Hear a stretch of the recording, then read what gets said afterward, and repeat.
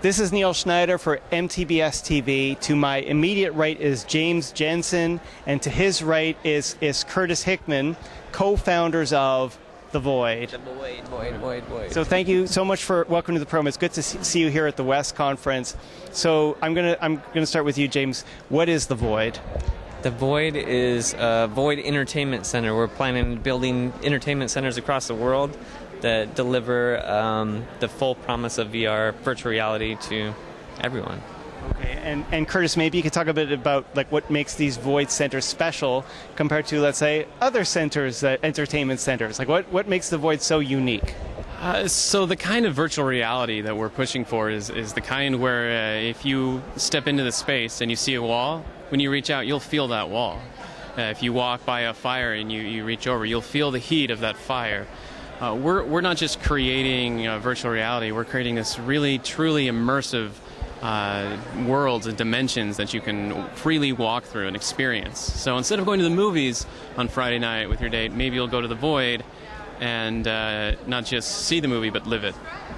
Okay, yeah. Wonderful. So, well, before we talk about the Void in fine details, I mean, you're obviously the co-founders of the Void. How did you guys get connected? How did the idea spring up and move on from there? Maybe Curtis, I'll start with yourself. Sure. I mean, it's we were designing out kind of a new concept for an amazing theme park idea, and we'd gotten pretty far in the design process, and James was part of that process as far as designing out the park and sort of building it in a 3D real world sort of scale so we could look at everything and see how that would fit. And one day I turned to James and said, hey man, you got any ideas for another attraction? We need something else to put in here. It needs to be really immersive and something amazing that we can do. And James said, well, for a long time I've had this crazy idea of mapping the virtual over the physical and creating an extremely immersive VR. And I said, wow, that's amazing. Let's look more at that. James, how long ago was this? When Curtis and I had that conversation, it was probably 2.5 years ago. Yeah. And did you have, forgive my ignorance, but did you have a previous history in theme park creation? Would we know some of your earlier work?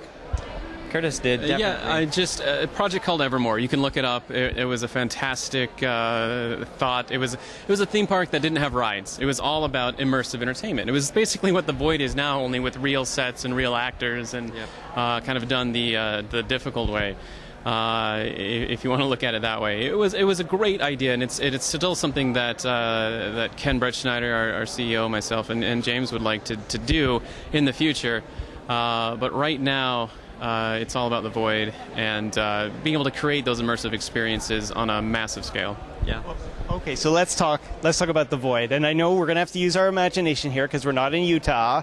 So maybe you could tell us a little bit about the experience, the technology. I mean, let's say I'm going to walk up to this Void, what am I going to see? What am I going to experience? Yeah, I'd love to do that. So when you walk up to the Void, you're going to walk, before you actually get to the Void, you'll purchase a ticket online through a same time a transaction system that you use for a theater, right? So you purchase, instead of a seat, you're going to purchase a ticket to go to a different dimension or go to a different parallel universe or whatever we call it. A really cool game. You'll get your ticket, you'll go into the center, you'll show up for your time, and you'll walk into this vast, really cool lobby where there's a museum of artifacts of things that have come back from the Void, and we have this whole kind of pre-show, where there's different types of items and things for you to do before you actually go into the Void. Once you go into the Void, you'll go into a suiting room where you put on the Rapture HMD, you put on the Rapture backtop and vest that has all the haptics in it and all of the tracking methods. And then like Curtis says, he likes to bring it. He likes to have people go through this path of conviction where you start out in reality and we slowly take you into virtual reality. So we start manipulating your reality to where you walk through this portal and you go on this huge adventure. You come back from that adventure 20 minutes later and de-suit from all of your gear, and you walk out into the lobby and you start chatting with your friends and looking at all the upgrades that you got and all the credits and sharing items. And one of the things that we're going to do too is we have a video system that will be inside of the Void that records your whole experience. So you'll have a 15-second video of you side by side in reality and your POV in virtual reality. So that will come to your account. You'll be able to share that out. So, before you continue, if I could add, this reminds me of. Have you been on the Back to the Future ride at Universal Studios? Yeah. And do you remember where you'd be in? Half the ride was the lineup, and literally you're in the lineup, and you think you're going to be waiting there for half an hour, but really it was half the ride because Doc Brown would appear on a monitor warning you about like time vortexes, and if you see yourself, don't talk to him, and all kinds of stuff. So it almost sounds very similar, where there's probably this process, right, of getting people to the main VR event, but they've got to be entertained right through. Yeah. Is that correct? Absolutely. Even the very front of the Void is set up as like a museum, which is to say there are artifacts from inside of the Void that we've brought out so that you can kind of look at them, and there's even kind of some clues and Easter eggs that you can discover in the museum that will affect your experience once you step into the Void. So there's a whole sort of pre-show thing that you go through. You get suited up, and then you step through a literal portal into the Void. So let's talk. Are you allowed to talk about what's in the Void yet? What's in the Void? What do you mean what's in the Void? There's a secret combination of awesomeness of Curtis's magic tricks and amazing technology that we're developing. So I don't know. What do you want to know? Like content? Are you thinking content? Yeah, like what kind of content, what kind of experiences can people look forward to? It can be generic. I mean, you have just decades of amazing movies and video games and all kinds of IP and partnerships that the Void can create. So I'll leave that to your imagination. That was generic. That was good, yeah. I'll leave that to your imagination and who we're talking to and the potential partnerships that we could put together. We did just announce that Tracy Hickman, this New York Times best-selling fantasy author and just amazing writer, has come on board with us full-time to actually write content for the Void. So we're very excited about that. If that is very exciting. If I may ask, one of the challenges when it comes to virtual reality in the home is, we're bound by wires. Maybe there'll be other options, but for now we're bound by wires, either seated or standing within, in the best case scenario, maybe a 15-foot space. I take it the Void, maybe you could talk about the space that it covers. Like, what kind of rooms are we talking about for these immersive experiences? Yeah. I'll let Curtis go for that. It was one of the fundamental problems of the Void was space. If we want people to have decision, to be able to choose if they're going to go left or right, great. Then we got to build walls, according to our model, to the left and to the right. Then they go left or right, and then we got to build those walls. And they make another decision, build those walls. Pretty soon, you need a space the size of a convention center for just one 20-minute experience.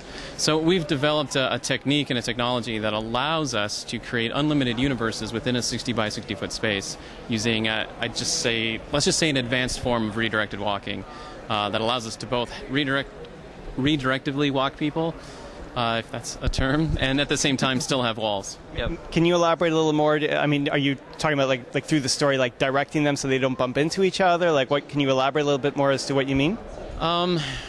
Essentially, it's a way to, while still being able to touch every wall in the space, I can move from one room, go down a straight hallway into another room, down another hallway into another room, yet I'm constantly going through the same, in that particular instance, the same room. So we take this space and we unfold it from itself, creating an infinite space from it. And that's the essence of it. James, if I may ask, one of the big challenges with virtual reality is the processing power. You need to have like a huge, and I don't need to tell you this, but obviously you need a lot of processing power to make these things work. Is it completely portable? Are people walking around with cables to desktop computers? How are they getting around? So that, by the way, would be some trick, because I'd love to see that. Yeah. So we found very early that we needed to have a system that was located on the person. We started with some mobile components that were battery, that help save the battery and give gaming time. But at the end of it all, we needed to build our own hardware. So we're building our own computer that goes into the Rapture vest that will allow, that we've trademarked the back top.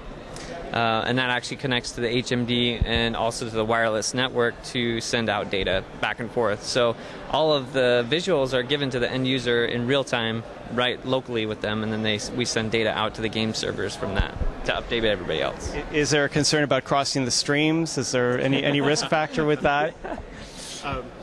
Can you tell us a little bit about the processing power? Like, how would it compare to what we have on let's say, gaming desktops? Is it comparable? Yeah, I think with the mobile cards that have come out the video cards that have come out, we're working with a video card development company right now. We're using some of their new hardware And I think they've made a ton of progress even in the last 2 years with mobile GPUs. And so we're using the best of that new technology that's coming out.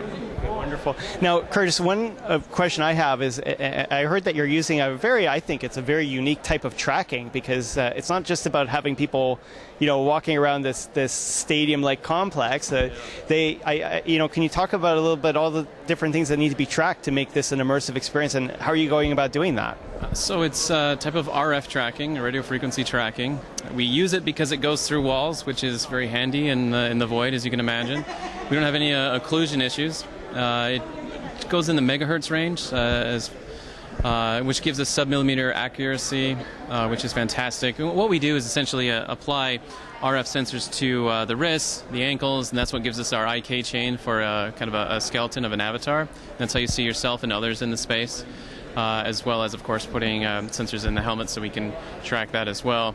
All of that tracks from the inside out, which is to say every sensor that is on you uses kind of a time of flight through the RF, with the RF transmitters in order to determine its position in space. And then it just figures out its position and sends that information directly to the computer. And so there's a very minimal amount of data that has to go back and forth, and the process happens very, very quickly, allowing us to basically have the best of all worlds. We have tracking with no occlusion, with a very low latency, at a price point that is very viable. Yep. Is it, if we want to talk about price point, I mean, obviously at the at-home solutions, they're using light. I mean, I think that's, accurate, or infrared. This strikes me as being very different. Is it more appropriate for professional class technology than it is for consumer grade? Is there, I know it's relatively inexpensive. Maybe you could talk a little bit about the pricing. Yeah, so for the time being, it's something that's going to be best used in a commercial application. But as that technology advances and as things improve and as price points come down, I could actually, see it being used in a home market. Yeah. Now, one question for you. I got lots of questions, obviously. Obviously there's this big movement for virtual reality in the home. We're starting to see products like HTC where they have these walking experiences. Yeah. Oculus, they're promoting seated, but I'm sure they could do other stuff too. What's the competitive advantage of venue-based virtual reality and immersive tech? I know you're talking about stadium sizes and so on, but how do you differentiate yourself from the home experience? Is it that grand a difference? I think right here and now, it's a pretty big difference because we control the environment, we control the lighting, we control everything, right? We control the network that they're on. We don't have latency between players because it's all there. We control all of the environment, so that allows us to kind of push away all of these things that make it hard for VR at home, right? We can get people up off of their chair and let them walk around because we have people to help them there. We have better tracking methods and things for their environment. So as it is right now, we have, I think we have a little bit, we have a timeline that's shrunk down on how VR could get out there, right? So I don't know, what do you want to add to that? I think that's true. The home market is limited by your home. And we take out that element and we make a space specifically designed for VR, and you're pretty much endless as to what you can do with that, and that's what excites us and why we're doing what we do. One thing that struck me earlier in the conversation, I don't remember if it was you who mentioned it or James, but you talked about the touch. Like we see the experience, we hear the experience. Is it about haptics, or is it because you can cheat using with the real world facilities to achieve that experience? One of the ways I like to describe... I should have used the word cheat, but you know what I mean. All right, fair enough. One of the ways I like to describe it is that it's the inverse of augmented reality, right? Where augmented reality is where you augment the real world with the virtual. In our case, we augment the virtual world with what is real. And so while we can't completely put everything that's in the virtual world in the real world, because then we may as well just build it, we can augment it, right? And so it's going to be a combination of haptics. When somebody gets hit or they get shot, so I'm not going to shoot them with like a beanbag or something in the void. I guess I could, but I really probably won't. I'm going to use a haptic to provide that feedback. If they bump into something in the void that we didn't make a prop for, then okay, we have haptics for that. But if there's a hero prop or something that they're going to carry around or something they're going to use or shoot, then we're going to build that and they're going to be able to handle it in the void. Wonderful. Now, attendance. I mean, is this going to be a family-oriented experience? And when we're talking about family, maybe you could talk a little bit about anticipated age groups. Where do you want to go with this? So the Void will be a social experience. Definitely families will be able to come to the Void. And one of the cool things about the Void that's different than, taking your kids to a movie is at the movie everybody gets the same experience. They all get the same, whatever the director or producer want to throw at them. Inside the Void, everybody's wearing a screen on their face, so we could actually customize the experience for younger people. So we could have, in a zombie apocalypse thing, I could be seeing the craziest, bloodiest thing on the planet, and my younger 10-year-old son could be seeing Plants vs. Zombies, with a bubble gun. They got the censored version. Yeah, they have the censored version, but we're still having an experience together, and I'm saying, hey, shoot the zombie, and he's like, all right, with his bubble gun going at it. Yep. Go ahead, please. I lost my train. Yeah, no, that's fine. So you're explaining that you could have age-appropriate content even if they're sharing the same environment. Yeah. That's amazing stuff. Yeah. Now, the technology itself, I mean, we've been talking about tracking. We talked about haptics or pseudo-haptics, if you will. Sure. What about the head mount? Did you have to do, are you doing that internally? Like, how are you handling that technology? So we have an outside technology firm that's helping us develop that right now. The big point for us is we wanted it to have a wider field of view without it looking unmanageable. It needs to look like something someone would wear. And so we're essentially going to use curved OLED screens, very high resolution, 2K per eye curved OLEDs, in order to create that 170 to 180 degree field of view. So that combined with really nice headphones, with a scent delivery system right underneath your nose, high-end super inline gain microphones, all those things combine to make an HMD that's designed really for the Void and to optimize that experience. What about kids? I mean, a big challenge with virtual reality or modern head-mounted displays is they're designed for adults, or at least people that are old enough to have adult-sized, interpupillary distance. Do you have to do custom designs for younger kids to make it possible for them to participate with the Void? So we will have some different helmet sizes. They're set up a lot like a bicycle helmet size typing thing, right? Where you have a mid one that goes so far and a small one that goes so far. But as far as the IPD adjustment, that's all inside the helmet, and it's all done automatically through some different techniques that we're using with photography and adjusting that with motors inside the HMD. So it's actually going to be one of the first HMDs that has automatic IPD adjustment, which will be pretty cool. So you probably have some eye tracking in there too, yeah? We don't have eye tracking in this version of the Rapture, but we're definitely looking at that for future. I'm just thinking, how else would you probably have the means. I'm educated guess. Am I way off? I'll let you keep guessing. Yeah, I don't know. But I will say this too. There's going to be a height limit in the Void, and so that way people if you bring your toddler in, it's probably not going to be safe for them to go through the environment, right? And so we won't design helmets for toddlers or anything like that. It really is kind of for a certain height, and that it'll be able to kind of go through these experiences. Which I think not only makes for a better experience in general for the users, for the people going through, but also for everyone from a safety standpoint and for the Void as well. One more point, and then we'll finish up here. Is safety. I mean, obviously, people are walking around with helmets, so they don't see the real world around them. Can you talk about some of the things that you're doing to make this a safe experience? Everyone has a great time. Yeah, so we've definitely done a lot of learning with the beta experience that we've put together. We've put hundreds of people through the beta, and we've learned a lot on what you can do and what you can't do with virtual stages. And I'm laughing because we're talking about safety, and you're saying what we can do and what we can't do, and it sounds like you lost a lot of volunteers in the process. We're going to need another Timmy or something.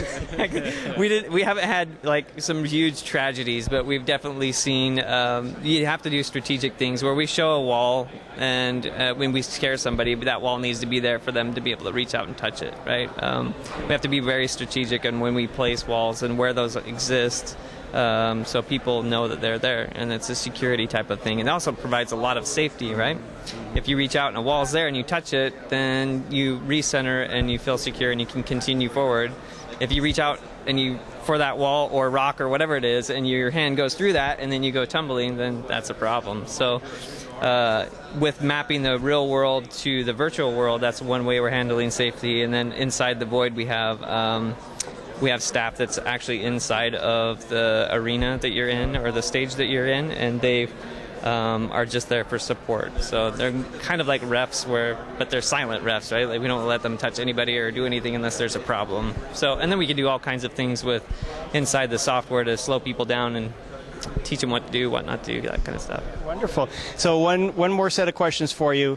Release date, timing, pricing, where? So end of summer next year is when our beta center is going to open. And pricing, we're looking right now at anywhere from $29 to $39 when we open at that first center. That price will vary depending on location and the content that's provided. If it's like some AAA amazing studio content, then we might have to take another look at that pricing model. But that's sort of where we're aiming as far as that goes. And then, sorry, I lost a couple of the other questions. No, so you answered them. So pricing and where, like how many centers are you thinking? So the first one will be in Pleasant Grove. And after that has been running for just a short period of time, we'll rapidly expand from there. Exactly where our next center is going to be hasn't been announced yet, so stay tuned for that. Okay, so just some concluding remarks on content there, James, is, we live in this cinema world. Do you think we're going to see expansion of cinema going into the Void? Are there going to be some tie-ins? I hope so. I would really love to have, I think all of us would love to see, these co-releases of a new movie and a Void experience at the same time, or this new video game that's going to come out. It's going to be this most amazing video game on some console, and you can actually go play it at the Void for real. Like, I would love to see. Or the reverse. That type of thing happen. Exactly. Yeah. The reverse. People could see something like in the Void and, bring it home. Yeah, I could see that.